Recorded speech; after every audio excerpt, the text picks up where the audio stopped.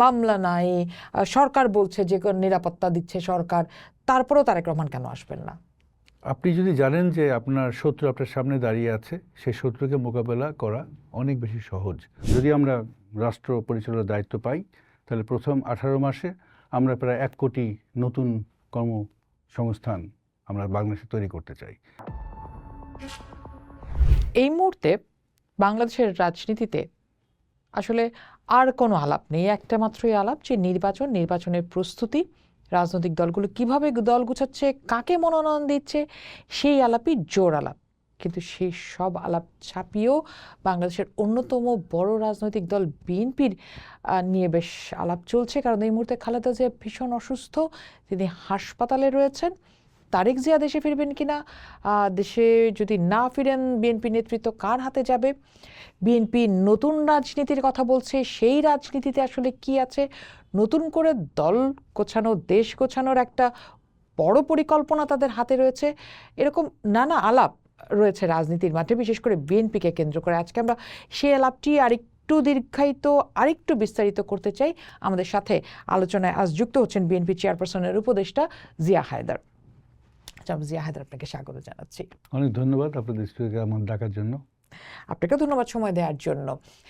জিয়া হায়দার তো পুরোপুরি রাজনীতিবিদ না, তিনি আগে ছিলেন ডেভেলপমেন্ট সেক্টরে কাজ করতেন, ডেভেলপমেন্ট সেক্টরে, সেখান থেকে রাজনীতিতে চলে আসলেন, এবং আমি জানি যে একটু বিএনপির নীতি নির্ধারণী, পলিসি মেকিং এর জায়গায় আপনি কাজ করছেন। কেন রাজনীতিতে আসা, বা ২৬ বছর পর কেন দেশে আসা?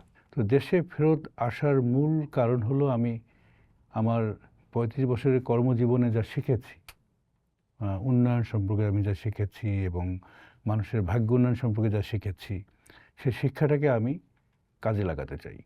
তো আমি সবসময় বলি যে এর আগে আমি এতদিন ধরে কাজ করেছি বিভিন্ন উন্নয়ন সংস্থায়, বিশ্বব্যাংক, food and agriculture organisation, BRAC, এইসব উন্নয়ন সংস্থায়। এখন আমি কাজ করছি বিএনপির সাথে একজন রাজনীতিবিদ হিসাবে, কিন্তু আমার মূল লক্ষ্য হলো বিএনপিকে, আমাদের বিএনপির chairperson, acting chairperson Tarique Rahman, উনি চান আমাদের দলটাকে একটা জ্ঞান ভিত্তিক এবং উন্নয়ন কেন্দ্রিক রাজনৈতিক দলে পরিণত করা।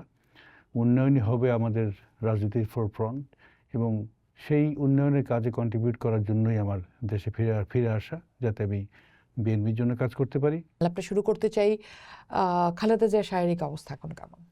আপনি তো শুনেছেন, গত রাতেই তো ডক্টর জাহিদ, যিনি ম্যাডামের স্বাস্থ্য চিকিৎসা কোঅর্ডিনেট করছেন, উনি সাংবাদিক সম্মেলন করেছেন এবং যা বলার উনি বলেই দিয়েছেন যে ম্যাডামের শারীরিক অবস্থা তেমন ভালো না, ক্রিটিক্যাল, কিন্তু গত 24 ঘন্টায় বেশ ইমপ্রুভ করেছে। উনি এখন কিছু কথা বলতে পারছেন ডাক্তারদের সাথে, উনি রেসপন্স করছেন ওনাকে কোনো প্রশ্ন করলে।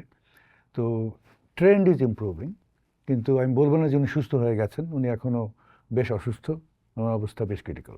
এরকম একটি অবস্থায় সামনে নির্বাচন, আর 2 মাস আছে, খালেদা জিয়া খুবই ক্রিটিক্যাল সিচুয়েশনের মধ্যে, তারেক জিয়া দেশে আসার কথা ছিল নভেম্বরে, সেই নভেম্বরের শেষ দিনের একটু কদিন আগে জানালেন যে তিনি আসা তার একার সিদ্ধান্ত নয়। এই ধরনের একটি মন্তব্যের কারণ কি? বাংলাদেশের প্রতিটি স্তরের মানুষ, দলের প্রতিটি স্তরের নেতাকর্মীর সাথে উনি সংযুক্ত আছেন, উনি দিন রাত ওখানে বসে পরিশ্রম করছেন, বাংলাদেশের কথা ভাবছেন। কিন্তু দেশে ফেরত আসাটা, এটা ওনার দলের যারা সিনিয়র নেতা আছেন এবং ওনার এটা পারিবারিক, এই দুটা একটা সংমিশ্রণ হতে হবে। না, এই কথাটার পেছনে কারণ কি, যে তার একার সিদ্ধান্ত না, মানে মায়ের এরকম একটা অবস্থায় সন্তানের তো থাকা উচিত। ওনাকে কিন্তু একটা খুব ডিফিকাল্ট ব্যালেন্স করতে হচ্ছে এখানে। তো একদিকে উনি ছেলে, ওনার মা গুরুতর অসুস্থ, আরেকদিকে দেশে 18 কোটি মানুষের ভবিষ্যৎ, মানুষের গণতান্ত্রিক অধিকার, এই দুই প্রায়োরিটির মধ্যে যে ব্যালেন্স করাটা, এবং কোথায় উনি ফাইন লাইন হচ্ছে এখানে। বাংলাদেশের তো আমরা দেখতেই পাচ্ছি বিভিন্ন রকম চক্রান্ত হচ্ছে, বিশেষ করে জনাব তারেক রহমান, ওনাকে নিয়ে তো সেই আপনার মঈনুদ্দিন ফখরুদ্দিনের সময় উনি আপনার সাংঘাতিক নির্যাতনের শিকার হয়েছেন। তখন কিন্তু বাংলাদেশের আপনি যে মিডিয়া বলেন, সিভিল সোসাইটি বলেন, কেউ কিন্তু কথা বলেনি। তখন যে হিউম্যান রাইটস ভায়োলেশন চরমভাবে ভায়োলেটেড হয়েছে, কেউ কোনো কথা বলেনি। তো এখনও এই চক্রান্তকারীরা তো থেমে নাই। হ্যাঁ, এখন অদৃশ্য অনেক আরও বেশি চক্রান্তকে এর সাথে যোগ হয়েছে, দেশি বিদেশি বিভিন্ন চক্রান্তের যোগ হয়েছে। সো ওনার যদি কোনো রকম মানে ওনার যদি কোনো রকম সমস্যা হয়, এই সমস্যা ওনার ব্যক্তিগত সমস্যা না, এই সমস্যা বাংলাদেশের 18 কোটি মানুষের সমস্যা। তো আমি 18 কোটি মানুষের ইন্টারেস্টকে আমি সার্ভ করব, নাকি আমি জাস্ট আমার ব্যক্তিগত পারিবারিক যে আমার ইমোশন ওইটাকে আমি প্রাধান্য দেব? এই দুইটার আমি যেটা বললাম যে ফাইন ব্যালেন্স করা একজন ব্যক্তির পক্ষে খুব একটা সহজ কাজ না, অত্যন্ত কঠিন কাজ। এবং এই কঠিন অবস্থার মধ্যে আমি মনে করি আমাদের নেতা জনাব তারেক রহমান এই মুহূর্তে উনি রয়েছেন। না, সেক্ষেত্রে এই যে আমরা বাঙালি তো খুবই ইমোশনাল জাতি, আমরা তো এখন খুব স্বাভাবিকভাবেই দেখছি যে মা অসুস্থ, ছেলে কেন আসছে না, কি এমন ব্যাপার যে আসবে না, মামলা নাই, সরকার বলছে যে নিরাপত্তা দিচ্ছে সরকার, তারপরেও তারেক রহমান কেন আসবেন না? আপনি যদি জানেন যে আপনার শত্রু আপনার সামনে দাঁড়িয়ে আছে, সেই শত্রুকে মোকাবেলা করা অনেক বেশি সহজ অদৃশ্য শত্রুর চেয়ে। আমাদের দুর্ভাগ্য, আমাদের জাতির দুর্ভাগ্য যে বর্তমানে বাংলাদেশের রাজনীতিতে অদৃশ্য শত্রুর সংখ্যা দৃশ্যমান শত্রুর চেয়ে অনেক বেশি, এবং সর্বকালের চেয়ে এই মুহূর্তে আমাদের দেশের রাজনীতির অদৃশ্য শত্রুর সংখ্যা সবচেয়ে বেশি। আমি তারেক রহমান বা বিএনপির শত্রু বলছি না, রাজনীতি এবং দেশের, আমাদের দেশকে ডেমোক্রেটিক যে ট্রাক, এটা এই যে ট্রানজিশন, এই ট্রানজিশনের বাধা সৃষ্টি করার যে শত্রুতা, এই শত্রুর সংখ্যা আমাদের সর্বকালের সবচেয়ে বেশি এখন আমাদের বাংলাদেশের আকাশে বাতাসে। এটা আমাদেরকে মনে রাখতে হবে, এবং এটা আমাদের অনেকে সাধারণ চোখে নাও দেখতে পারি না। সেটা কি আপনার কাছে মনে হয় যে দেশের বাইরের এক ধরনের চক্রান্ত বেশি হচ্ছে, মানে অন্য রাষ্ট্রের এখানে ইনভলভমেন্ট আছে?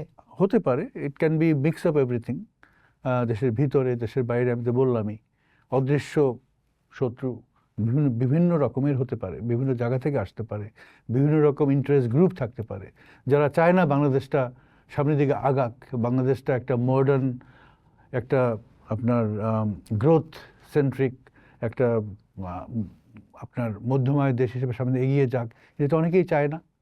অনেকেই হয়তো চায় যে আমরা ডিপেন্ডেন্ট থাকি, আমরা লোন নির্ভর থাকি, আমরা আপনার বিভিন্ন রকমের বড় বড় গোষ্ঠী দাদা দেশ, তাদের কথা মতো আমরা আমাদের সব কিছু চালাই, যেতে পারে, কিন্তু আমরা তো সামনের দিকে এগিয়ে যেতে চাই। সেক্ষেত্রে কি আপনি মনে করেন যে এক ধরনের সামনের দিনগুলিকে ঘিরে এক ধরনের অস্থিতিশীল পরিস্থিতি তৈরির চক্রান্তও চলছে? চক্রান্ত চলছে, কিন্তু আমি মনে করি বাংলাদেশের মানুষ, আমি আপনি, রাজনৈতিক দল যদি আমরা একসাথে থাকতে পারি, অন্তত এই ব্রডার প্রশ্নে যে না, দেশটাকে আমরা ভালো করতে চাই, আমরা আমাদের ভবিষ্যৎ প্রজন্মকে একটা সমৃদ্ধ বাংলাদেশ উপহার দিতে চাই, যদি এইটুক আন্ডারস্ট্যান্ডিং যদি আমাদের একটা পেজে আমরা থাকি, আমি মনে করি যে অদৃশ্য শত্রুরা যতই শক্তিশালী হোক, আমরা সামনের দিকে এগিয়ে যাব, এবং ফেব্রুয়ারির প্রথমার্ধে একটা সুন্দর নির্বাচনের মাধ্যমে আমাদের দেশটা একটা গণতান্ত্রিক দেশ হিসাবে বিশ্ব মানচিত্রে আবার প্রতিষ্ঠিত। আপনি নিশ্চিত ফেব্রুয়ারিতে নির্বাচন হচ্ছে? মানে অনেকের কাছে এটা শুনতে পাওয়া যায় যে ফেব্রুয়ারিতে নির্বাচন নাও হতে পারে, বিশেষ করে এখন খালেদা জিয়া অসুস্থ হওয়ার পর এবং তারেক রহমান না আসাটাকে ঘিরে আবারও এই জল্পনা কল্পনা গতি পাচ্ছে যে নির্বাচন নাও হতে পারে, বাধাগ্রস্ত হতে পারে। ম্যাডাম, খালেদা জিয়া এখন গুরুতর অসুস্থ, এটা আমাদের জাতির সবার জন্যই একটা অত্যন্ত জরুরি একটা বিষয়। এটা সবাই ওর দিকে তাকিয়ে আছে, কিন্তু তারপরে আমি বলবো যে আমরা যদি একসাথে থাকি, আমরা যদি লক্ষ্য ঠিক রাখি, ফেব্রুয়ারি মাসে ইলেকশন হবেই। আচ্ছা, অন্য কোনো দলের কোনো ধরনের পরিকল্পনা বা এরকম দেখছেন না নির্বাচন বানচালের? করতে পারে, সেগুলো সেই দলের ব্যাপার, এবং সেগুলো জনগণ দেখবে, এবং জনগণ সেইভাবেই সিদ্ধান্ত নেবে, সেই দলকে আগামী নির্বাচনে হয়তো সেইভাবে জবাব দেবে জনগণ। সামনের দিনে যদি তারেক জিয়া আসতে না পারেন এবং খালেদা জিয়া যেহেতু অসুস্থই আছেন, দলকে নিয়ে পরিকল্পনা কি? কে ঝান্ডা ধরছেন দলের? তারেক রহমান আসতে পারবেন না এরকম কোনো সম্ভাবনা আমি দেখছি না। আমি তো মনে করি নির্বাচন তফসিল ঘোষণা হোক, আমাদের নেতা অ্যাক্টিং চেয়ারম্যান তারেক রহমান উনি আমাদের সাথেই থাকবেন, উনি নির্বাচনকে নিজের হাতেই নির্বাচন পরিচালনা করবেন, এবং বিএনপিকে একটা বিজয়ী দল হিসেবেই উনি এগিয়ে নিয়ে যাবেন। জাইমা এবং জুবাইদার নাম শোনা যাচ্ছে আবারও রাজনীতিতে। আমি জুবাইদা রহমান এবং আমি এই সম্পর্কে আমি ঠিক জানি না। নির্বাচনের আলাপ যেহেতু হচ্ছেই, আওয়ামী লীগ তো নির্বাচন করতে পারছে না, কিন্তু আওয়ামী লীগের তো একটা বড় ভোট ব্যাংক রয়েছে, প্রায় 30% ভোটার তার রয়েছে। এই ভোট ব্যাংকের দিকে প্রায় সবারই নজর রয়েছে। আমরা দেখছি অনেকেই বলছেন তৃণমূলে যারা কাজ করছেন, মাঠে যারা কাজ করছেন এই মুহূর্তে, জামায়াত ইসলাম তারা এই ভোটকে টার্গেট করছে। বিএনপি কি করছে? প্রথমত 30% বললেন, আমার তো মনে হয় গত দেড় যুগ শেখ হাসিনার বা ওনার যে ক্রিমিনাল নেটওয়ার্ক, ওনাদের কর্মকাণ্ডে এই ভোট ব্যাংক 30% থেকে আমার মনে হয় যে অনেক কমেছে, হয়তো 15 থেকে 20% হলেও হতে পারে। তো হ্যাঁ, এই এখন তো নির্বাচনে তো প্রধান উদ্দেশ্যই তো ভোটে জেতা। আর ভোটে জিততে হলে পরে প্রত্যেকটা নাগরিকের যে ভোট একই তো ওয়েটেজ, যে নৌকায় ভোট দিত তার ভোটের মূল্য, যে দাঁড়িপাল্লায় ভোট দিত তার ভোটের মূল্যের চেয়ে তো কম বেশি না। তো সেক্ষেত্রে প্রার্থীরা যার যার এলাকায় তাদের নিজেদের মতো করে তাদের স্ট্র্যাটেজি থাকবে কীভাবে তার মার্কায় ভোট বেশি আনা যায়। সেটা অতীতের নৌকার ভোট হোক, অতীতের দাঁড়িপাল্লার ভোট হোক, অতীতের অন্য কোনো মার্কার ভোট হোক, সব ভোটকেই তো আমি চেষ্টা করবো আমার ধানের শীষে নিয়ে আসতে। এই জায়গায় জামাত ইসলাম একটা স্ট্র্যাটেজি নিয়েছে যে এই মুহূর্তে যারা নানা ধরনের হয়রানির মধ্যে আছেন, হামলা মামলার শিকার হচ্ছেন, তারা তাদের সাপোর্ট হিসেবে দাঁড়িয়ে গেছেন। না, জামাত ইসলাম যে স্ট্র্যাটেজি নিয়েছে আমি বলবো যে আমার মনে হয় যে আমার সাথে সবাই একমত হবেন। আমাদের ইসলামের যে কোর বিলিভ, আমরা যে ধর্মকে বিশ্বাস করি, পুরোপুরি অ্যান্টি ইসলামিক স্ট্র্যাটেজি জামাত ইসলাম নিয়েছে। কিরকম? আপনি যদি একজন ধার্মিক মানুষ হন, আমি কখনোই বলতে পারেন না যে আমাকে ভোট দিলে তুমি ভেস্তে যেতে পারবা। আপনি যদি একজন ধার্মিক মানুষ হন, কখনোই বলতে পারেন না যদি বাংলাদেশের ভূমিকম্প ঠেকাতে চাও তাহলে পরে দাঁড়িপাল্লায় ভোট দাও, দাঁড়িপাল্লায় ভোট দিলেই আল্লাহ তোমাদের ভূমিকম্প বন্ধ করে দেবে। এগুলো তো সরাসরি শিরক। এই নন ইসলামিক, ইসলাম বিরোধী স্ট্র্যাটেজি নিয়ে যদি তারা তাদের ভোট ব্যাংক বাড়াতে পারে, আমি এর দায়িত্ব বাংলাদেশের মানুষের উপরে দিয়ে দিলাম। আমার মনে হয় যে বাংলাদেশের মানুষ এত বোকা না যে তারা এই ধরনের আপনার অপপ্রচার বা এই যে অপব্যাখ্যা, এগুলোকে বিশ্বাস করে তারা অন্য একটা দলকে ভোট দেবে। বাংলাদেশের মানুষকে এতটা অর্বাচীন ভাবাটা মনে হয় খুব ঠিক হচ্ছে না। কিন্তু বাংলাদেশের মানুষের মধ্যে তো আমরা ডানপন্থার উত্থান দেখতে পাচ্ছি প্রচণ্ডভাবে। আমরা ভীষণভাবে নারী বিদ্বেষী আচরণ দেখতে পাচ্ছি। বাংলাদেশের মানুষের মধ্যে এটা দেখতে পাচ্ছেন না, এটা দেখতে পাচ্ছেন নির্দিষ্ট কিছু গোষ্ঠীর মধ্যে। একটি দলের সভাপতি উনি কিছুদিন আগে বলেছিলেন যে মেয়েদের কর্মঘণ্টা উনি 8 ঘন্টা থেকে কমিয়ে 5 ঘন্টা করে দেবেন। অ্যাপারেন্টলি মনে হয় যে উনি মেয়েদেরকে খুব ফেভার করতেছেন, কিন্তু সাথে সাথে পরের দিনই আমরা দেখলাম বাংলাদেশের বিভিন্ন প্রান্তের নারীরা প্রতিবাদ জানালো, কর্মজীবী মহিলারা প্রতিবাদ জানালেন, ইভেন হাউসওয়াইফ তারাও প্রতিবাদ জানালো যে এটা একটা মেয়েদেরকে কাজ থেকে দূরে সরিয়ে দেওয়ার একটা লং টার্ম এটা একটা প্ল্যান। এবং সাথে সাথে আমাদের আপনি হয়তো লক্ষ্য করেছেন যে আমাদের নেতা জনাব তারেক রহমান উনি টুইট করলেন, উনি ফেসবুকে লিখলেন যে না, মেয়েদের আওয়ার কমাবো না, আমরা প্রতিটি উচ্চশিক্ষা প্রতিষ্ঠানে প্রতিটি কর্মক্ষেত্রে আমরা ডে কেয়ার সেন্টার তৈরি করবো, যাতে করে ইয়াং মাদার, যাতে ছোট বাচ্চা আছে, হ্যাঁ, বা ইয়াং প্যারেন্টস তাদের বাচ্চাদেরকে ডে কেয়ার সেন্টারে রাখতে পারে, নির্বিঘ্নে পড়াশোনার কাজ করতে পারে অথবা নির্বিঘ্নে চাকরি। আমার প্রশ্নটা ছিল ডানপন্থার উত্থান তো এই দেশে ঘটছে প্রকটভাবে, সেটা মোকাবেলা করার জন্য একটি মধ্যপন্থার দল হিসেবে বিএনপি আসলে কি স্ট্র্যাটেজি নিচ্ছে? না, প্রথমত আমি আপনার সাথে পুরোপুরি একমত না যে আমাদের এখানে ডানপন্থার খুব বিশেষ কোনো উত্থান হচ্ছে। আপনি যারা দেখছেন একটা বাবল দেখছেন, যে আপনি এই ঢাকার বাইরে আপনি গ্রামে গঞ্জে যান, আপনি চায়ের আসরে যান, সেখানে আপনি হয়তো যদি 20 জন মানুষ চায়ের আসরে যে বিতর্ক করে, সেখানে 2 জন বা 3 জন পেলেও পেতে পারেন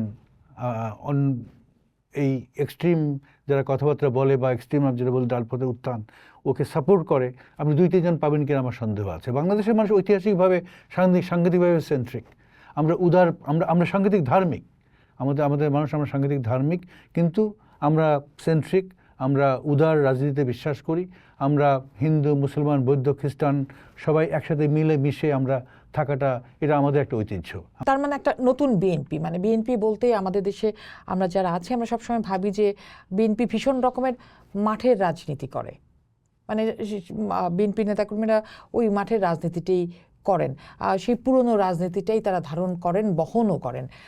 এখানে ঠিক নতুন পরিকল্পনাটা কি, যেটা বারবার তারেক রহমানের কণ্ঠে আমরা শুনি যে এবার নতুন ধারার রাজনীতি করবে বিএনপি? ঠিক কোন জায়গাটিতে পরিবর্তন আসতে যাচ্ছে, কি ধরনের পরিবর্তন আসতে যাচ্ছে? অবশ্যই বিএনপির রাজনীতিতে আপনারা কিছু কিছু পরিবর্তন তো অবশ্যই দেখবেন, কিন্তু একটা কথা আমি বলতে চাই বিএনপির এই যে উন্নয়ন কেন্দ্রিক যে রাজনীতি, নতুন ধারার রাজনীতি, নতুন কিছু না। আপনি যদি জিয়াউর রহমানের যে 19 দফা যে কর্মসূচি, ওনার আপনার উন্নয়ন কর্মসূচি, খাল কাটা থেকে শুরু করে বৃক্ষরোপণ থেকে শুরু করে আজকে যে এক্সপোর্ট, আমাদের যে মেজর এক্সপোর্ট আর্নার হলো গার্মেন্টস ফ্যাক্টরি, এই গার্মেন্টস ফ্যাক্টরি বাংলাদেশে এস্টাবলিশ হওয়ার পিছনে ওনার ওই 3 বছরের সময় অবদান কিন্তু অত্যন্ত, আপনার সবাই এই অবদানের কথা স্বীকার করে। জিয়াউর রহমানের সময়ের যে 19 দফা, সেই সময়ের তুলনায় এই সময়ের পরিস্থিতি কিন্তু একেবারেই ভিন্ন। আমার জনসংখ্যার দিক থেকে, মানসিকতার দিক থেকে, রাজনৈতিক অবস্থানের দিক থেকে, সব দিক থেকে উন্নত। ঠিক ওই 19 দফা কি আর এখন কার্যকর করা যাবে, বা ওটা ধরে কি আর আগানো যাবে? অবশ্যই যাবে না। আপনি ঠিকই বলেছেন। আমাদের ইকোনমিক কনটেক্সটে চেঞ্জ হয়েছে, সোশ্যাল কনটেক্সটে চেঞ্জ হয়েছে, আমাদের ইনস্টিটিউশনাল কনটেক্সটে চেঞ্জ হয়েছে। তো এই চেঞ্জকে সামনে রেখে আপনারা যদি দেখেন যে আমাদের নেতা অ্যাক্টিং চেয়ার জনাব তারেক রহমান, উনি 2022 সালে উনি সর্বপ্রথম 27 দফার যে রাষ্ট্র মেরামতের কাঠামো, এই কাঠামো উনি ডিক্লেয়ার করেন। পরবর্তীতে উনি স্বৈরাচার বিরোধী যতগুলো গণতান্ত্রিক দল ছিল তাদের সাথে আলোচনার ভিত্তিতে এই 27 দফাকে আমরা 31 দফায় নিয়ে আসলাম, এবং 31 দফা যে রাষ্ট্র মেরামতের কাঠামো, এইটা আমাদের নেতা ঘোষণা করলেন। আমি 27 দফা 29 দফায় না যেয়ে যদি আমি একদম খুব স্পেসিফিক জিজ্ঞেস করি আপনাকে, যে ঠিক একটা সাধারণ মানুষ, একদম একটা তরুণ, সে কেন বিএনপিকে বাঁচবে বলেন তো? কেন বিএনপি রাজনৈতিক মতাদর্শে সে আগ্রহী হবে? কেন বিএনপির রাজনীতি, বিএনপিকে ভোটই দিবে ধরেন, কেন? What is the value addition of BNP? একজন মানুষের জীবন উন্নয়নে বিএনপি কী ভূমিকা রাখতে পারে, এবং এইটাকেই স্পষ্ট করার জন্য আমরা 31 দফার যে রাষ্ট্র মেরামতের কাঠামো, ওর মধ্য থেকে 8টা কর্মসূচিকে আমরা প্রায়োরিটাইজ করেছি, 8টা সেক্টরকে আমরা প্রায়োরিটাইজ করেছি, যেগুলো মানুষের জীবনকে সরাসরি প্রভাবিত করে। তার মধ্যে আছে স্বাস্থ্য, কৃষি, আমাদের ফ্যামিলি কার্ড আছে, যেটা আপনার নারীদেরকে স্বনির্ভর করার জন্য খুবই প্রয়োজনীয়, আছে শিক্ষা, আছে কর্মসংস্থান, আছে পরিবেশ এবং জলবায়ু নিয়ন্ত্রণ, এবং এর সাথে সাথে আছে আপনার আমাদের দেশের যে ধর্মীয় প্রতিষ্ঠান আছে, ইমাম, মুয়াজ্জিন, খতিব বা হিন্দু, খ্রিস্টান, বৌদ্ধ ধর্মের উপাসনার যে প্রধান, তাদের জন্য কর্মসূচি। আমরা আমাদের অ্যাক্টিং চেয়ারের ওভারঅল গাইডেন্সে এখন থেকে প্রায় 5 থেকে 6 মাস আগে থেকেই এই যে আমি 8টা খাতের কথা বললাম, এই খাতগুলোর উপরে আমরা ডিটেইল কর্মপরিকল্পনা আমরা তৈরি করছি। কারণ আমরা মনে করি 5ই আগস্ট আমাদের দেশে একটা পরিবর্তন এনে দিয়েছে, এবং অনেক পরিবর্তনের মধ্যে একটা পরিবর্তন হলো আমাদের দেশের সাধারণ মানুষ, তারা রাজনৈতিক শুধুমাত্র পলিটিক্যাল রেটোরিক্স শুনেই তারা ক্ষান্ত থাকতে চায় না। তারা জানতে চায় যে একটা রাজনৈতিক দল তাদের জীবন পরিবর্তনের জন্য কি করবে, কি ভ্যালু অ্যাড করবে। কি ভ্যালু অ্যাড করবে? আপনার স্বাস্থ্য শিক্ষা শুনে I am not impressed. So what's the plan actually? Very specific. আমাদের দেশে স্বাস্থ্য খাত বিভিন্ন সমস্যায় জর্জরিত। আমাদের স্বাস্থ্য খাতে এখানে বরাদ্দ কম, বরাদ্দ হওয়া উচিত আমাদের জিডিপির অন্তত 5%, কিন্তু আমাদের বর্তমান বরাদ্দ জিডিপির 0.7677%। আমরা বলেছি যে বরাদ্দ আমরা পর্যায়ক্রমে 5 বছরে আমরা 5%-এ নিয়ে আসব। আমাদের দেশে আমাদের আউট অফ পকেট এক্সপেন্ডিচার 73 থেকে 74%। আমরা বলছি যে আমরা প্রাইমারি হেলথ কেয়ারকে প্রাধান্য দেব। আমরা মানুষের ঘরে ঘরে, দুয়ারে দুয়ারে প্রিভেন্টিভ এবং প্রমোটিভ স্বাস্থ্যসেবা পৌঁছে দেব, যেমন ব্লাড প্রেশার, ব্লাড সুগার, যেমন ছোট বাচ্চাদের নিউট্রিশন, এগুলো আমরা ঘরের দুয়ারে এসে এগুলো আমাদের স্বাস্থ্যকর্মীরা দেখবে, যাতে করে একজন হাইপার টেনশনের খুব আর্লি স্টেজেই আইডেন্টিফাইড হয়, এবং ওই লোকটা যাতে কোনো স্ট্রোকে না ভোগে অথবা হার্ট ফেইলিওর না হয়। কারণ একবার যদি স্ট্রোক হয়, হার্ট ফেইলিওর হয়, তার যে খরচ, এই খরচ মেটাতে যে আমাদের দেশের প্রায় 4 থেকে 5% হাউসহোল্ড বছরে সর্বশান্ত হয়। এটাকে আমরা বলি ক্যাটাস্ট্রফিক হেলথ এক্সপেন্ডিচার। আমরা সেখান থেকে জনগণকে মুক্তি দিতে চাই। কিন্তু আমার একেবারে ঘরের কাছে যে হাসপাতালটি, আমার জেলা উপজেলার যে হাসপাতালটি, সেটার অবস্থা যে নাজুক, ব্লাড প্রেশার তো আবার এমনিই বাড়বে। অবশ্যই। সো সেখানে আসলে কি করবেন? মানে আমার তো প্রাথমিক, আমি যে জ্বর হলে যে দৌড়ে যাব একটা হাসপাতালে, আমার ওষুধ নাই, ওষুধের দাম বেশি, আমার হাসপাতাল আছে, ডাক্তার নাই, আপনি ঘাড়ে ধরে কজন ডাক্তারকে পাঠাতে পারবেন জেলা? ঠিকই বলেছেন। ওই জন্য আমরা যেটা করতে চাই, আমাদের দেশের গ্রাম অঞ্চলের প্রত্যেকটা ইউনিয়নে এবং শহর অঞ্চলের প্রত্যেকটা ওয়ার্ডে আমরা একটি করে প্রাইমারি হেলথ কেয়ার ইউনিট আমরা এস্টাবলিশ করতে চাই, ফাংশনাল করতে চাই। আপনি শুনে অবাক হবেন, আমাদের দেশের গ্রাম অঞ্চলে প্রাইমারি হেলথ কেয়ারের কিছুটা ইনফ্রাস্ট্রাকচার আছে, ইউনিয়ন স্বাস্থ্যকেন্দ্র বা কমিউনিটি ক্লিনিকের নামে কিছু আছে, কিন্তু এগুলো অতটা ফাংশনাল না। ডাক্তার নাই, ওষুধ নাই, ল্যাব টেকনিশিয়ান নাই। সাধারণ জনগণ যদি কোনো স্বাস্থ্য সমস্যায় ভোগে তাকে অনেক দূরে হয় উপজেলা স্বাস্থ্য কমপ্লেক্সে যেতে হয়, নাহলে জেলা হাসপাতাল অথবা মেডিকেল কলেজ হাসপাতালে যেতে হয়। তাতে করে তাদের ভ্রমণ ব্যয় বাড়ে, ওষুধের খরচ বাড়ে, চিকিৎসা খরচ বাড়ে, আউট পকেট এক্সপেন্ডিচার বেড়ে যায়। আমরা প্রত্যেকটা ইউনিয়নে একটা প্রাইমারি হেলথ কেয়ার ইউনিট করব, এবং এই প্রাইমারি হেলথ কেয়ার ইউনিটের দুটো ভাগ থাকবে। এক ভাগে থাকবে চিকিৎসা দেবে, আরেকটা ভাগে এক একটা প্রাইমারি হেলথ কেয়ার ইউনিটের নিচে আমরা 3টা করে প্রান্তিক স্বাস্থ্যকেন্দ্র করব। এখন যেমন কমিউনিটি ক্লিনিক আছে, ওগুলিকে আমরা রিঅর্গানাইজ করে আমরা প্রান্তিক স্বাস্থ্যকেন্দ্র করব। এক একটা ইউনিয়ন স্বাস্থ্যকেন্দ্রের নিচে অথবা শহরে এক একটা ওয়ার্ডের যে প্রাইমারি হেলথ ইউনিট, ওইটার নিচে 3টা প্রান্তিক স্বাস্থ্যকেন্দ্র থাকবে। প্রতিটি প্রান্তিক স্বাস্থ্যকেন্দ্রে 3 জন করে কমিউনিটি হেলথ ওয়ার্কার থাকবে। বর্তমানে 3 ধরনের কমিউনিটি হেলথ ওয়ার্কার আছে। একটাকে আমরা বলি সিএইচসিপি, কমিউনিটি হেলথ প্রমোটার, আরেকটা বলি হেলথ অ্যাসিস্ট্যান্ট, আরেকটা বলি ফ্যামিলি ওয়েলফেয়ার অ্যাসিস্ট্যান্ট। এই 3 ক্যাডারকে আমরা একসাথে এনে আমরা এদের কমিউনিটি হেলথ ওয়ার্কার বা গ্রাম স্বাস্থ্যকর্মী নামটা এখনও আমরা ফাইনালাইজ করিনি, আমরা করতে চাই, যাতে করে এই প্রত্যেকটা প্রান্তিক স্বাস্থ্যকেন্দ্রে যে 3 জন করে কমিউনিটি হেলথ ওয়ার্কার থাকবে, তারা প্রতি মাসে প্রতিটি ঘরে তারা চলে যাবে, হাউস হোল্ড ভিজিট করে যারা অ্যাডাল্ট মেম্বার তাদের যে আমরা বলি NCD, non communicable disease, hypertension, diabetes, mental health, এগুলোকে তারা মনিটর করবে। যদি কাউকে কোনো সমস্যা পায়, তাহলে তাদেরকে নিকটস্থ যে প্রাইমারি হেলথ কেয়ার ইউনিট চিকিৎসা নেওয়ার জন্য সেখানে রেফার করবে। ছোট বাচ্চা প্রত্যেকটা আন্ডার 5 চিলড্রেনকে তারা উচ্চতা নেবে, তাদের ওজন নেবে, তাদের পুষ্টি মনিটর করবে। যদি কোনো বাচ্চার গ্রোথ ঠিকমতো না হয়, কোনো সমস্যা থাকে, এই বাচ্চাকে তারা স্বাস্থ্যকেন্দ্রে রেফার করবে। So early referral, early identification, early রেফারালের মাধ্যমে, এই প্রমোশন এবং প্রিভেনশনের মাধ্যমে আমরা মনে করি যে রোগ হওয়ার যে পরিমাণ, এই পরিমাণটা আমরা সিগনিফিক্যান্টভাবে কমায় দিতে পারবো। তাতে করে যেটা হবে, বড় বড় হাসপাতালের ভিড় কমবে, কারণ বেশি মানুষ রোগগ্রস্ত হবে না, তার আগেই তারা প্রয়োজনীয় চিকিৎসা তার ঘরের দুয়ারের কাছেই পাবে। আর যদি তার প্রিভেনশন না হয়, ম্যাক্সিমাম তাকে একটা ইউনিয়ন স্বাস্থ্যকেন্দ্র অথবা ওয়ার্ড প্রাইমারি স্বাস্থ্যকেন্দ্রে তাকে যেতে হবে, ওখানে সে তার চিকিৎসা পাবে। তাতে করে চিকিৎসা ব্যয় কমবে, সরকারের ওভারঅল হেলথ এক্সপেন্ডিচার কমবে, এবং আমরা মনে করি যে আমরা একটা সুস্থ জাতি উপহার দিতে পারবো। খুবই চমৎকার পরিকল্পনা। তো পরিকল্পনার মধ্যে যেহেতু থাকে, তো ওই ধরেন আমার এই মুহূর্তে 20 কোটি মানুষ, আমি ধরে নিচ্ছি, এরকম মানে আপনাদের এই যে প্ল্যানিংটা বলছেন, সেখানে কতজন আসলে থাকছেন সেই পরিকল্পনা নিশ্চয়ই আপনারা করেছেন। কারণ আমার যদি প্রতি গ্রামে কতজন স্বাস্থ্যকর্মী আপনারা নিয়োগ দিচ্ছেন, তাদেরকে আইনি বাধ্যবাধকতার মধ্যে আপনারা আনছেন কিনা, এগুলি খুব গুরুত্বপূর্ণ। কারণ আমরা এর আগেও দেখছি কমিউনিটি হাসপাতাল হয়েছে, কিন্তু সেখানে কেউ যায় না, প্যারাসিটামলটাও আসলে পাওয়া যায় না। আমি নিজে সেখানে মাঠে কাজ করার অভিজ্ঞতা থেকেই বলছি, কেউ যায় না সেখানে। সেটা আপনারা কিভাবে এনশিওর করবেন যে আমার সেখানে, মানে সেই বাধ্যবাধকতাটুকু আপনারা কিভাবে করবেন? পরিকল্পনার বেশ গভীরেই আমরা এই স্টেজে যাওয়ার চেষ্টা করেছি।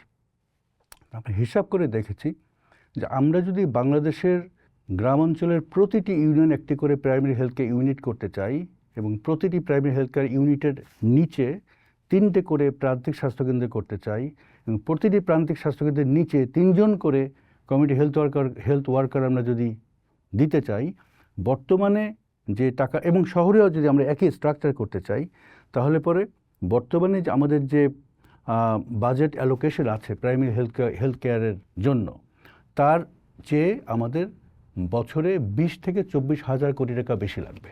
এখন প্রশ্ন হলো টাকা কোত্থেকে আসবে? আমরা প্রথমত যেটা করতে চাই, আমরা অ্যালোকেটিভ এফিসিয়েন্সি, যেটা আমরা তো টাকা বিভিন্নভাবে অ্যালোকেট করি, বিভিন্ন আপনার হেডিংয়ে, আমরা রিঅ্যালোকেট করব কিছু টাকা। যেমন আমরা চেষ্টা করব বড় বড় কোনো ইনফ্রাস্ট্রাকচার আমরা যাব না, আমরা যেগুলো স্পেশালাইজড হেলথ কেয়ার, তার জন্য বর্তমানে যেসব হাসপাতালগুলো আছে, বিভিন্ন মেডিকেল কলেজ হাসপাতাল আছে, স্পেশাল হসপিটালগুলো আছে, সেগুলো কিভাবে ভালোভাবে চলে সেই ব্যবস্থা করব। কিন্তু নতুন কোনো হাসপাতাল নির্মাণে আমরা যাওয়ার চেষ্টা করব না। খুবই চমৎকার পরিকল্পনা। মানে বাংলাদেশের মানুষ এখন সবচেয়ে বেশি ভুগছে যে বিষয়টা, সেটা অবশ্যই স্বাস্থ্য, তার আরেকটা হচ্ছে শিক্ষা, কর্মসংস্থান। আমি মোটা দাগে যদি তিনটা ভাগ করি, খুব ছোট ছোট করে এই দুইটা খাত সম্পর্কে একটু জানতে চাই। মানে শিক্ষা খাত নিয়ে আপনাদের পরিকল্পনা, কর্মসংস্থান নিয়ে আপনাদের পরিকল্পনা। শিক্ষা খাত নিয়েও আমাদের আমাদের বেশ অ্যাম্বিশিয়াস রিফর্ম প্ল্যান আছে। আমরা দল হিসেবে মনে করি যে কারণেই হোক না কেন, ট্রেডিশনালি আমাদের শিক্ষা ব্যবস্থা, আমাদের curriculum is completely disconnected from industries and market. আমরা যে কেউ যখন পড়াশোনা শুরু করি, শুধুমাত্র কয়েকটা ডিসিপ্লিন, যেমন আমি ডাক্তারি পড়েছি, এমবিবিএস পড়েছি, বা যখন কেউ যে ইঞ্জিনিয়ারিং পড়ে, এমবিবিএসে ভর্তি হলে, মেডিকেল কলেজে ভর্তি হলে, বা ইঞ্জিনিয়ারিং কলেজে বা ইউনিভার্সিটি ভর্তি হলে তারা জানে যে আমি পাশ করার শেষে হয় ডাক্তার হব না ইঞ্জিনিয়ার হব। এছাড়া জেনারেল এডুকেশনে আমাদের যারাই ভর্তি হয় তাদের জন্য কিন্তু ক্যারিয়ার প্ল্যান করা, আমি বলবো যে অলমোস্ট ইম্পসিবল। আমরা পরবর্তীতে জীবনে যাই হই, এটা এক ধরনের আমি বলবো যে অপরচুনিস্টিক আপনার রেসপন্স। হ্যাঁ, বিসিএস দিল, অনেকগুলো চয়েস দিল, হয়তো বিসিএসের চান্স পেলো শিক্ষা ক্যাডারে, সে তখন কলেজের শিক্ষক হলো। কেউ চান্স পেলো কাস্টমস ক্যাডারে, সে কাস্টমস অফিসার হলো। যেগুলো কোনো প্ল্যান করে কোনো কিছু কিন্তু হয় না আমাদের দেশে। আমরা ওই অবস্থার অবসান চাই। আমরা মনে করি আমাদের দেশে কারিকুলামকে টোটাল রিভার্ম করা উচিত, এবং আমাদের যে শিক্ষা ব্যবস্থা, এটার সাথে মার্কেটের সরাসরি আপনার সম্পৃক্ততা, এটা এস্টাবলিশ করা উচিত। এটা ঠিক কি ভাবছেন আপনারা এই জায়গাটিতে? আমরা আমাদের যদি 31 দফা দেখেন, সেখানে আমরা নিড বেসড এডুকেশনের কথা বলেছি। নিড বেসড এডুকেশনটা হলো আপনি ক্লাস 8 পর্যন্ত, হ্যাঁ, সবাই সব কিছু পড়ছে, কোনো সমস্যা নাই। 8-এর পরে আমাদের এখন কি, এখন সায়েন্স, আর্টস, কমার্স, রাইট? আমরা সায়েন্স, আর্টস, কমার্সের সাথে আমরা চতুর্থ একটা স্ট্রিম আমরা যোগ করতে চাই, কারিগরি। আমাদের দেশে কারিগরি শিক্ষার ইতিহাস কিন্তু অনেক লম্বা, অনেক আগে থেকেই আমাদের দেশে ভোকেশনাল ট্রেনিং ইনস্টিটিউট আছে। কিন্তু সমস্যা হলো আমাদের ভোকেশনাল ট্রেনিং ইনস্টিটিউটগুলো, এগুলো আমাদের যে মেইন স্ট্রিম এডুকেশন সিস্টেম, এই সিস্টেমের বাইরে। সো কেউ যদি আপনার ক্লাস 10 পর্যন্ত পড়ে সে ইন্টারমিডিয়েট পড়লো না, বা সে কলেজ ইউনিভার্সিটি ভর্তি হলো না, তাকে সমাজ মনে করে যে সে একজন ড্রপ আউট। সে যদি ভোকেশনাল ইনস্টিটিউটে পড়ে, এটা এক ধরনের স্টিগমা, যার জন্য আপনার যাদের ঘরের একটু অবস্থাপন্ন ঘরের ছেলে মেয়ে, তারা কেউ যদি ফিজিক্স, কেমিস্ট্রি, ম্যাথ কঠিন সাবজেক্ট পছন্দ নাও করে, তো এক ধরনের সোশ্যাল প্রেশারে বাধ্য হয় ওই সাবজেক্টগুলোকেই কন্টিনিউ করতে। তারা বাধ্য হয় ইউনিভার্সিটিতে পড়তে, এবং সব শেষে তারা একটা সার্টিফিকেট পায়, যে সার্টিফিকেটের বর্তমান বাজারে তেমন কোনো মূল্যই নাই একেবারেই। তো আমরা ওই অবস্থা থেকে আমাদের যে ইয়াং জেনারেশন, আমাদের যে তরুণ তরুণী, এদেরকে মুক্তি দিতে চাই। আমরা ক্লাস 8 থেকে তাদেরকে কারিগরি এডুকেশনকে আমরা আমাদের যে মেইন স্ট্রিম এডুকেশন, সে যুক্ত করতে চাই। কোনো ছেলেমেয়ে যদি মনে করে যে আমি ইউনিভার্সিটি এডুকেশন পর্যন্ত ওয়েট করবো না, আমি আগামী 2 বছর পরে আমি কর্মজীবনে ঢুকতে চাই, ক্লাস 8-এর পরে তার অপশন আছে। তার পিয়ারদের সাথেই সে ম্যাট্রিক পাস করলো, এসএসসি পাস করলো, কিন্তু সে কারিগরি নিয়ে এসএসসি পাস করলো, এবং কারিগরি একটা নির্দিষ্ট করে একটা টপিক, হ্যাঁ, সেটা কার্পেন্টার হতে পারে, সেটা এসি মেকানিক হতে পারে, সেটা মোটর মেকানিক হতে পারে, সে ওইটাতে সে শিক্ষিত হলো এবং সে কর্মজীবনে প্রবেশ করলো। এটা বাই চয়েস, কেউ যদি মনে করে কর্মজীবনে সে প্রবেশ করলো, কিন্তু আপনারা তো কর্মসংস্থান আছে, করতে পারবেন? যদি আমরা রাষ্ট্র পরিচালনার দায়িত্ব পাই, তাহলে প্রথম 18 মাসে আমরা প্রায় 1 কোটি নতুন কর্মসংস্থান আমরা বাংলাদেশে তৈরি করতে চাই। অবশ্যই এগুলো একটা মাত্র সেক্টর থেকে আসবে না, এগুলো কিছু কর্মসংস্থান আসবে আপনার সরকারি বিভিন্ন সেক্টর থেকে। যেমন আমি স্বাস্থ্যকর্মীদের কথা বললাম, ওখানে আমরা 1 লক্ষ নতুন স্বাস্থ্যকর্মীর কথা আমরা বলেছি, যার 80% হবে মহিলা।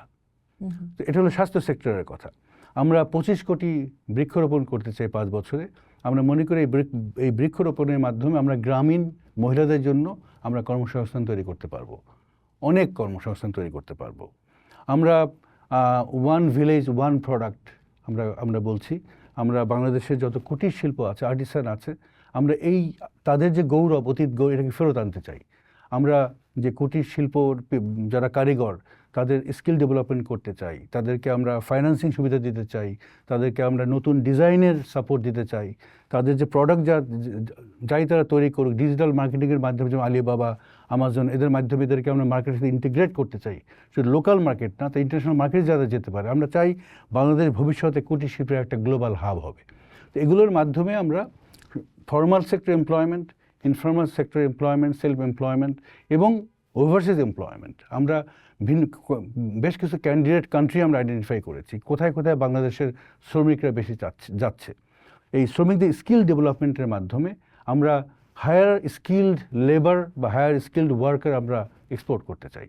এই সব কিছুর মাধ্যমে আমরা মনে করি যে আমরা যে কথা বলছি যে 18 মাসে না হোক, 24 মাসে হোক, 36 মাসে হোক, আমরা নতুন নতুন কর্মসংস্থান করে আমাদের যে আনএমপ্লয়েড ইয়ুথ আছে এদেরকে আমরা একটা সুন্দর ভবিষ্যৎ উপহার দিতে পারবো। আপনাদের পরিকল্পনা খুব চমৎকার, শুনতে ভালো লাগছে। বাংলাদেশ হিসেবে অভিজ্ঞতা খুব খারাপ, তারপরেও আমরা স্বপ্ন দেখি সবাই। আবার স্বপ্ন তো আমি দেখতেই জানি যে যারা যারা শুনবেন, যারা দেখছেন, তারা সবাই একই সাথে ভাবছেন যে আচ্ছা তাই, কিন্তু এই যে মানুষের কাছে তথ্যগুলো পৌঁছানো, বিএনপি কি ভাবছে, কিভাবে ভাবছে, কিভাবে সে সেটা বাস্তবায়ন করতে চায়, এটা তো পৌঁছাবেন আপনি আপনার সমর্থক নেতা কর্মীদেরকে দিয়ে। আপনার নেতাকর্মীরা কি প্রস্তুত এই দিন বদলের যে রাজনীতির কথা বলছে বিএনপি, মানে সেন্ট্রালে যেটা বলা হচ্ছে, একদম তৃণমূলের কর্মীটা কি প্রস্তুত সেটা ক্যারি করার জন্য? প্রস্তুতি তো একদিনই আসে না, কিন্তু সব কিছু তো শুরু আছে। আমরা শুরু করেছি। আমাদের নেতা অ্যাক্টিং চেয়ার জনাব তারেক রহমান, উনি 5ই আগস্টের পর থেকে আপনি যদি ওনার বক্তৃতাগুলো শুনেন, আমি যে কথাগুলো বললাম এই সবগুলো কথা ওনার বক্তৃতার মধ্যে আছে। এখন আপনি যে প্রশ্নটা করেছেন সাংঘাতিক ভ্যালিড কোশ্চেন। আমাদের তৃণমূল পর্যায়ে কেন, ইভেন একটু হায়ার লেভেলেও আমাদের নেতাকর্মীরা কি এই মেসেজকে ক্যারি করার জন্য প্রস্তুত কিনা, এই মেসেজকে সাধারণ জনগণের সাথে কমিউনিকেট করার জন্য প্রস্তুত কিনা? আমি বলবো আমরা এখন প্রস্তুতি নিচ্ছি। যেমন কয়েকদিন আগেই মনে হয় মিডিয়াতেও এসেছে, বিএনপি একটা কমিটি করেছে, জনাব রিজভী আহমেদ উনি এই কমিটির হেড, এবং তাকে হেড করে কমিটি করা আছে। সেই কমিটিতে আমিও আছি। আমাদের এই কমিটির লক্ষ্য হলো আগামী ডিসেম্বরের 7 থেকে 13 তারিখের মধ্যে আমরা বাংলাদেশে বিএনপি এবং বিএনপির কিছু অঙ্গ সংগঠন, যেমন ছাত্রদল, যুবদল, স্বেচ্ছাসেবক দল, কৃষক দল, মহিলা দল, এদেরকে আমরা সবাইকে জেলা লেভেলে যারা আছেন, কারণ আমরা এখানে হাজার হাজার আনতে পারবো না, আমরা এক ধরনের টিওটি টাইপের সেশন অর্গানাইজ করব, ট্রেনিং অফ ট্রেনার্স। তো সেখানে প্রত্যেকটা দলের ধরেন সুপার 5, হ্যাঁ, তারা ঢাকাতে আসবে। আসলে পরে আমরা ব্যাচ করে ওনাদের সামনে আমরা এই যে আমি যে 8টা আপনার সেক্টর নিয়ে যে আমি কথা বললাম, উন্নয়ন সেক্টর যেখানে বিএনপি সর্বাধিক গুরুত্ব দিচ্ছে, এগুলোর ডিটেইলড আপনার আলোচনা আমরা ওনাদের সাথে করব, যাতে করে ওনারা বুঝতে পারেন যে স্বাস্থ্যে বিএনপি প্রশিক্ষণ, বিএনপি স্বাস্থ্যে কী করতে চায়, কৃষিতে কী করতে চায়, মহিলাদের জন্য কী করতে চায়, সব কিছু ওনারা ঠিকমতো বুঝতে পারেন। এবং ওনারা যখন ফেরত যে ওনারা আবার এইটাকে কাস্কেডিং ডাউন করবেন। ওনারা উপজেলা, পৌরসভা পর্যায়ে যারা নেতা আছেন তাদেরকে জেলা পর্যায়ে নিয়ে আসবেন, একই ট্রেনিং ওনারা ওখানে দেবেন। এবং আমাদের ইচ্ছা এবং আমাদের আকাঙ্ক্ষা যে আমাদের যে সামনে ইলেকশনের যে ক্যাম্পেইন শুরু হয়ে গেছে, এই ক্যাম্পেইনের সেন্টার পয়েন্টে থাকবে বিএনপির উন্নয়ন কর্মসূচি, এবং এই উন্নয়ন কর্মসূচিগুলোকে মানুষের দুয়ারে দুয়ারে পৌঁছে দেওয়ার জন্য প্রস্তুত করাই এখন আমাদের প্রধান কাজ। উন্নয়নের দুয়ারে আপনারা এই কথাবার্তাগুলো রাখলেন, কিন্তু আমরা যে রাজনীতি দেখে অভ্যস্ত, নির্বাচনের আগে পেশি শক্তির রাজনীতি, কালো টাকার রাজনীতি, ভোট কেনার রাজনীতি, সে জায়গা থেকে আসলে বিএনপি সরে আসতেই হবে। বিএনপি না, আমার মনে হয় যে 5ই আগস্টের, আমি প্রথমে বলেছিলাম যে 5ই আগস্ট বাংলাদেশের একটা বিশাল পরিবর্তন এনে দিয়েছে। একটা বড় পরিবর্তন আমি বলবো যে আমাদের যে অতীতের রাষ্ট্র পরিচালনা এবং রাজনৈতিক দল পরিচালনার যে সংস্কৃতি ছিল, এই সংস্কৃতির পাতা আমাদের উল্টাতেই হবে। আমাদেরকে নতুন একটা পাতা এখানে আমরা ওপেন করেছি, যে পাতার বড় একটা অংশ জুড়ে থাকবে জ্ঞান ভিত্তিক রাজনীতি এবং উন্নয়ন কেন্দ্রিক রাজনীতি। কারণ আমাদের যে নতুন প্রজন্ম যাদের হাতে আপনার কাছে একটা ট্যাব আছে, যাদের হাতে এই ট্যাব আছে, একটা স্মার্টফোন আছে, যে নলেজ, গ্লোবাল যে নলেজ, এইটার অ্যাক্সেস তাদের হাতে আছে, তাদেরকে কথার কথা বলে আমার মনে হয় না যে ভবিষ্যতে না, কেউ রাষ্ট্র পরিচালনা করতে পারে। সেটা যদি না হয়ে থাকে তাহলে এখনো পর্যন্ত, মানে আমি আজকের দিন পর্যন্ত যদি দেখি, অন্তত প্রতি জেলায় হচ্ছে যে এক ধরনের অস্থিরতা রয়েছে। আপনাদের যিনি নমিনেশন পেয়েছেন, যিনি পাননি, তাদের মধ্যে এক ধরনের জটিলতা চলছে। আমরা দেখছি পেশি শক্তির চাপ চলছে, নানা ধরনের অভিযোগ আসছে, চাঁদাবাজির অভিযোগ তো আছেই।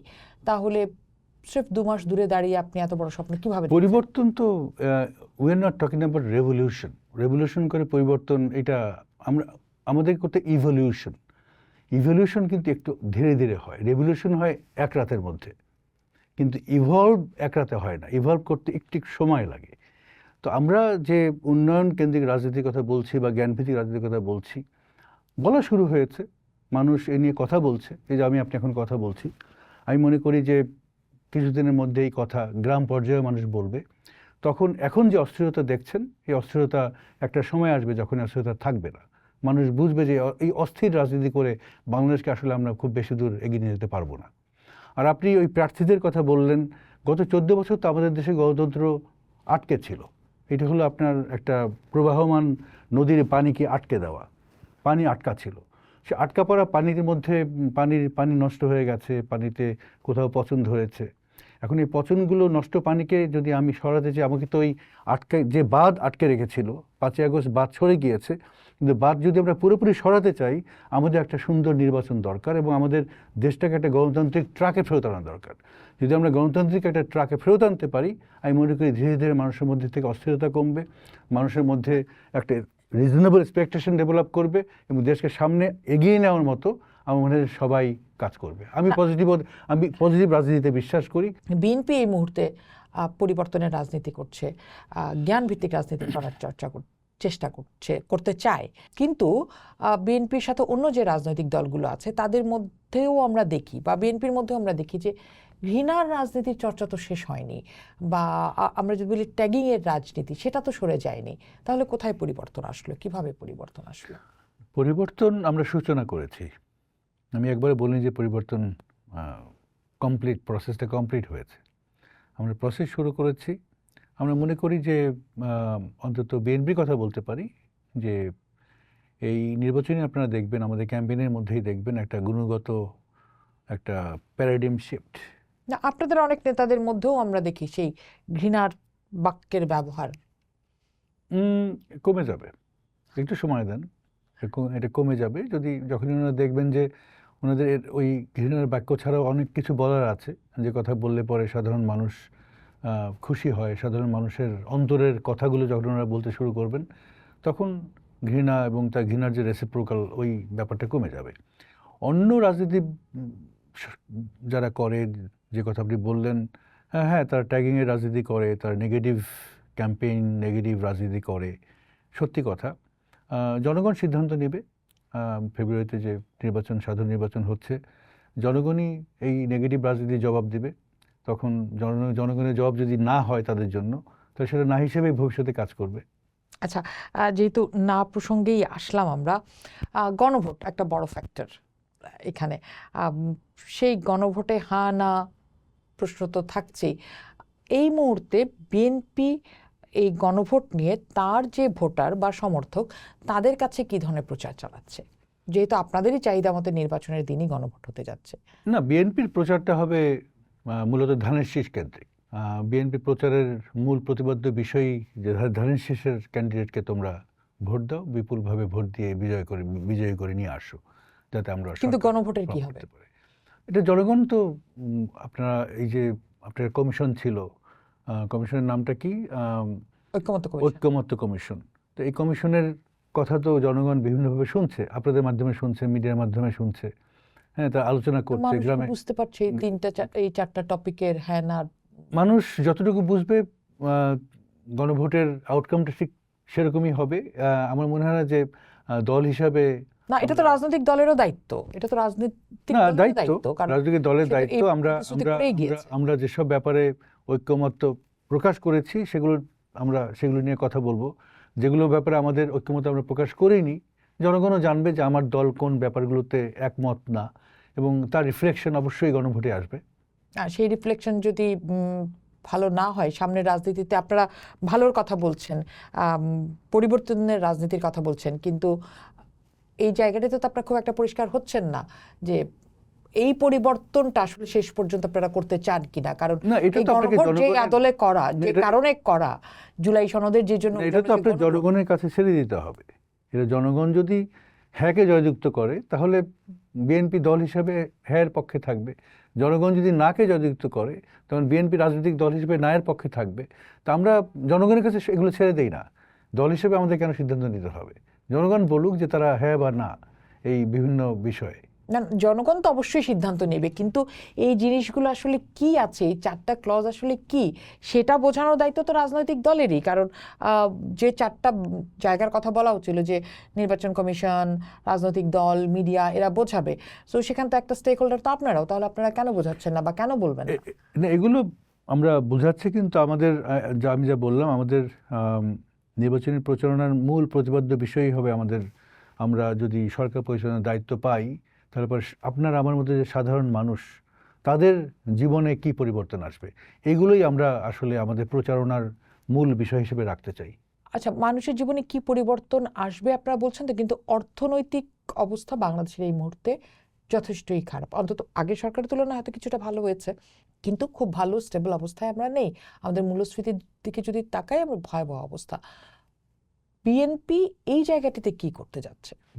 প্রথমে আমি বলি যে আমাদের দ্রব্যমূল্য সবচেয়ে গুরুত্বপূর্ণ বিষয়, যেটা আমাদের দেশে যে আর্থিক সেক্টরে যে বর্তমান যে অবস্থা, এই অবস্থা অত্যন্ত ভয়াবহ। আমাদের দেশে ব্যাংকিং সেক্টর সম্পর্কে আপনারা জানেন, প্রত্যেকটা ব্যাংক অ্যাজ এ ইনস্টিটিউশন এটা ভেঙে পড়েছে। আমাদের যে আপনার ট্যাক্স টু জিডিপি রেশিও, এটা ওয়ার্ল্ডে ওয়ান অফ দ্য লোয়েস্ট, এখন মনে হয় অ্যারাউন্ড 7%। হ্যাঁ, এখানে আমাদের অনেক কিছু করার আছে। আমাদের যে ম্যাক্রো ইকোনমিক ব্যালেন্স, আমাদের ইন্টারেস্ট পেমেন্ট, হ্যাঁ, ইজ ভেরি ভেরি হাই। হ্যাঁ, প্রত্যেক বছর আমাদের অনেক টাকা চলে যায় শুধুমাত্র আমাদের লোনের অ্যাগেন্স্ট ইন্টারেস্ট পে করতে যেয়ে। তো এগুলোতে শৃঙ্খলা ফেরত আনার জন্য আমরা খুব ডিটেইলড পলিসি পেপার তৈরি করেছি। একটা ইনভেস্টমেন্ট সামিট হয়েছিল, সেখানে আমাদের এই পলিসিগুলোকে প্রেজেন্ট করা হয়েছে। আমরা একটা যে রাজনৈতিক স্লোগান এখন আমরা দিচ্ছি, সেটা হলো আমরা অলিগার্ক যে ইকোনমি, যেটা গত 1.5 যুগ ধরে আমাদের বাংলাদেশের মাথায় চেপে বসেছিল, এবং যার ফলে প্রত্যেক বছর আমাদের দেশ থেকে 16 থেকে 17 বিলিয়ন ডলার বেরিয়ে যেত, হ্যাঁ, চুরি করে নিয়ে যেত। এখান থেকে ফেরত আনার জন্য আমরা বলছি যে আমরা অর্থনীতিকে গণতন্ত্রায়ন করতে চাই। শুধুমাত্র নির্বাচনের গণতন্ত্র না, আমরা ফাইন্যান্সিয়াল সেক্টরেও আমরা গণতন্ত্রায়ন করতে চাই, যাতে করে যখন আমাদের কোনো অর্থনৈতিক প্রবৃদ্ধি যখন হবে দেশে, সে প্রবৃদ্ধির সুফল শুধুমাত্র একটা গোষ্ঠী না, দেশের সাধারণ জনগণ সবাই এই সুফলটা পাবে। সো আমরা এটাকে বলি ডেমোক্রেটাইজেশন অফ দ্য ইকোনমি। এটা আমরা করব, এবং এটা করার জন্য বড় বড় শিল্প কলকারখানা, বড় বড় ব্যবসার সাথে সাথে অবশ্যই বিএনপি একটা ব্যবসা বান্ধব রাজনৈতিক দল। বিএনপি সব কিছু করবে ব্যবসা প্রসারের জন্য, যতগুলো পলিসি ইজি করা দরকার, ইজ অফ বিজনেস, এগুলো বিএনপি করবে। তার সাথে সাথে আমরা চাই আমাদের দেশের যারা সাধারণ মানুষ, বিশেষ করে গ্রামীণ যে অর্থনীতি, বা আমাদের যে অর্থনীতিতে মহিলারা যেসব অর্থনীতির চালিকা শক্তি, যেমন কুটির শিল্প, যেমন আপনার এগ্রিকালচারের পোস্ট হারভেস্ট প্রসেসিং, হ্যাঁ, ফুড প্রসেসিং, এগুলো করার মাধ্যমে আমরা গ্রামীণ অর্থনীতিকে শক্তিশালী করতে চাই, এবং আমরা অর্থনীতির প্রবৃদ্ধি যে সুফল, এইটা দেশের সব জায়গাতে ছড়িয়ে দিতে চাই। সেক্ষেত্রে কৃষকের কি হবে? কারণ এই মুহূর্তে ধরেন আমার বড় বড় কর্পোরেট হাউসগুলির হাতে হচ্ছে আমার ধান, চাল, বড় বড় কৃষি খামার। কৃষকের জন্য কি করবেন? আমি দ্রব্যমূল্যের চাপে মরে যাই, কিন্তু কৃষক তার খরচ পায় না। কৃষি আমাদের জন্য একটা প্রায়োরিটি সেক্টর। আমার মনে হয় যে আপনি অলরেডি শুনেছেন যে আমরা কৃষক কার্ডের কথা বলছি। আমাদের দেশের প্রতিটি কৃষক একটি করে ইলেকট্রনিক কার্ড পাবে। এই ইলেকট্রনিক কৃষক কার্ডের মাধ্যমে সে স্বল্প মূল্যে বা ন্যায্য মূল্যে কৃষি উপকরণ, বিভিন্ন কৃষি ইনপুট সে সংগ্রহ করতে পারবে, সার, বীজ, এগুলো তা সংগ্রহ করতে পারবে। স্মল ইকুইপমেন্ট সে অ্যাক্সেস পাবে, সেচের অ্যাক্সেস পাবে। এই কৃষক কার্ডের মাধ্যমে তার যে কৃষি পণ্য এইটা সে বাজারে সঠিকভাবে সঠিক সময় বিক্রি করার সুযোগ পাবে। তারা গ্রামে গ্রামে কৃষক কোঅপারেটিভ করবে। আমরা বলছি যে আমাদের দেশে ফ্রুটস ভেজিটেবলের পোস্ট হারভেস্ট লস প্রায় 30 to 35%। এটাকে কমানোর জন্য আমরা বলছি যে আমরা গ্রাম অঞ্চলে স্মল স্কেল আপনার যে হিমাগার, এই হিমাগার এস্টাবলিশ করতে আমরা কৃষকদেরকে সাহায্য করব, যাতে তারা তাদের ফসল যখন দাম পাবে না তখন তারা এটাকে সংরক্ষণ করতে পারে সঠিকভাবে এবং ভালো বাজার মূল্য পায় পরবর্তীতে। তো আমাদের বিভিন্ন রকম পরিকল্পনা আছে। এই জায়গাটাতে একটু থামাই আপনাকে, যে পরিকল্পনা আপনাদের বিভিন্ন রকম আছে। ধরেন এই কৃষকদের জায়গাতেই কৃষক কেন মরে যায়? কারণ হচ্ছে যে তাকে দালালের হাতে পড়তে হয়, ফড়িয়ার হাতে পড়তে হয়। আর তারা কারা? কোনো রাজনৈতিক দলের সাথে সংশ্লিষ্ট লোকজন। এই জায়গাটা কিভাবে সামাল দিবেন? আপনি যদি কৃষকদেরকে এম্পাওয়ার করতে পারেন, হ্যাঁ, আপনি এম্পাওয়ার করবেন, তাকে প্রথমত তাকে ফাইন্যান্সিয়াল আপনাকে সাপোর্ট দিতে হবে। তাকে আমি বললাম যে কৃষক কার্ডের মাধ্যমে সে বিভিন্ন রকম ইনপুট কার্ড তো সে পাবে না, কারণ কার্ড হচ্ছে যে আমার ছাত্র দলের সাথে যদি যোগাযোগ থাকে আমি কার্ড পাবো, আমার যুব দলের সাথে যোগাযোগ থাকলে আমি না, কার্ড পাবো। এটার কোনো সুযোগ এটা আপনি কিভাবে এনশিওর করবেন যে একজন প্রকৃত কৃষকের হাতেই কার্ডটা যাবে? এটার কোনো সুযোগ নাই, কারণ কার্ড কোনো কয়েকজন কৃষক পাবে, বাদবাকি কৃষক পাবে না, এরকম না, এরকম সিলেকশন না, ইটস ইউনিভার্সাল। যারাই কৃষিকাজের সাথে জড়িত, সে যে দল করুক না কেন, সে বাংলাদেশের যে অঞ্চলের বাসিন্দা হোক না কেন, যে ধরনের কৃষিকর্ম করুক না কেন, সেটা ক্রপ এগ্রিকালচার হোক, লাইভস্টক হোক, ফিশারিজ হোক, সবাই এই কৃষক কার্ড পাবে। এবং এই কৃষক কার্ডটাই হবে তার সাথে আপনার যে বিভিন্ন রকম যে উপকরণের কথা বললাম, মার্কেট ইন্টিগ্রেশনের কথা বললাম, স্বল্প সুদের লোনের কথা বললাম, সেচের কথা বললাম, এই সব কিছু পাবে এই কৃষক কার্ডের মাধ্যমে। সুতরাং এখানে একজন কৃষক পাবে বা একজন ছাত্রদল করলে বা কৃষক দল করলে পরে সে কার্ড পাবে, না করলে পাবে না, এটা কোনো আপনার এখানে কোনো চান্সই নাই, এখানে সুযোগই নাই। তৃণমূল পর্যায়ে রাজনীতির যে কালো থাবা, সেগুলো আপনারা বসতে দিবেন না? মানে কমিশন খাওয়া, তারপর রাজনৈতিক পরিচয় থাকলে এক ধরনের ফেভার পাওয়া, এগুলো ঘটতে যাচ্ছে প্রশ্নই না? ওঠে না, কারণ এগুলো থাকলে তো আমি কৃষিতে বলেন, স্বাস্থ্যে বলেন, আমাদের এগুলোকে ডিপলিটিসাইজ করতেই হবে। আমরা যদি ডিপলিটিসাইজ করতে না পারি এগুলোকে, তাহলে আমরা কখনোই আমাদের যে রাষ্ট্রীয় যে আমরা ভালো একটা আধুনিক একটা আপনার গ্রোথ ওরিয়েন্টেড ইকোনমির কথা বলতেছি, সেটা তো আমরা কখনোই অর্জন করতে পারবো না। তাহলে আপনার দলের নেতাই যখন আবার বলেন যে তারা তো 14 বছর 15 বছরে কিছু পায় নাই, খায় নাই, এখন তো তারা একটু নিবেই, সেটা আমার কিভাবে ঠিক সামাল দেবে? জানা নাই কোন নেতা এই কথা বলেছে। অনেক ধন্যবাদ জনাব জিয়া হায়দার আমাদের সাথে সময় দেওয়ার জন্য এবং চমৎকার আলোচনার জন্য। যে নতুন বাংলাদেশের পরিকল্পনা বিএনপি করছে এবং স্বপ্ন দেখছে, নিশ্চয়ই তার কিছুটা প্রতিফলন আমরা আপনাদের পরবর্তী রাজনীতিতে দেখতে পাবো।